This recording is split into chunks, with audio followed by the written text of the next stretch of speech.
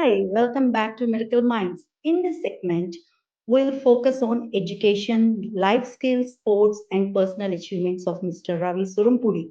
As a behavior analyst, I have worked with many autistic children and their families over the years. One thing I have consistently observed is that every autistic individual has unique strengths, talents, and ways of learning. With the right support, encouragement, and opportunities, they can achieve incredible things academically, socially, and personally. Today, through Ravi's journey, we hope to give parents, educators, and caregivers a more practical and hopeful perspective. Hello, Mr. Ravi. Welcome back to the episode. Thank you, Dr. Garcia. I am happy to be back. Yeah. Welcome back. So let's begin with your educational journey. Many parents worry about whether their child will be able to cope with school, academics, or higher education. Could you share your experience with our audience and tell us how your journey evolved over the years? Sure, Dr. Garcia. When I was in sixth to eighth grade, I struggled with my writing, my learning, and my concentration level. But when I got to high school, everything became easier because I was in a private school. The classes were smaller, and I was able to do well enough on my SATs to get into a good Cal State University. Oh, that's great. In my experience working with neurodiverse children, school environments can sometimes become overwhelming, not only academically but also socially and emotionally. Did you face any challenges during school or higher education? And what helped you overcome those difficult moments? Yes, college is really hard. I lost concentration because I was the first time being on my own. So it took me 6 years to complete it. And while I was in college, separate testing room, working with the writing center, and also being able to get extra time on tests as well. That helped me to become more successful in college. Okay. Through your education, what are the difficulties you faced? Means like in studies or with your friends, what are the challenges you have faced? Difficulties I had is just learning how to communicate and listen to them and be able to understand where they're coming from because when you get to become an adult, it becomes a challenge because you're transitioning from a child to an adult. Your growing phases become really painful because you're learning so much on your own. Yes, that's true. Socialization is most important aspect in childhood, right? So one important discussion in the autism community is the balance between academics and life skills. Many parents focus heavily on marks and grades, but independence in daily life is equally important. From your perspective, what are some of the most important skills an autistic individual should develop to become confident and independent in life? So children should learn how to communicate well with their peers and parents well, be able to listen, be able to concentrate on tasks, and be able to complete them in enough amount of time so that way it satisfies both the parents and their peers. That's true. That's true. You have also participated in the Special Olympics, which is a huge achievement and a proud moment.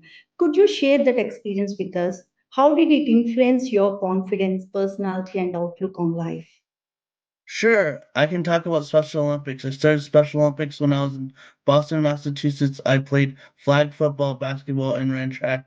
When I came back to Southern California, I played softball, floorball, and basketball, and I was able to help a lot during their social events such as Tip a Cop, and I also was the torch bearer for the last tournament in basketball. As you can see, I have completed a lot of the whole year for 2 years of Special Olympics, and it's been a great joy because I've learned how to transition from being a teenager into an adult, and it's just amazing that all those years have made me become more successful in playing sports because you can't get it right away. You have to practice and practice and practice. But once you get to practice, you get good at it. And that's how Special Olympics was really special to me because I got to participate with a lot of people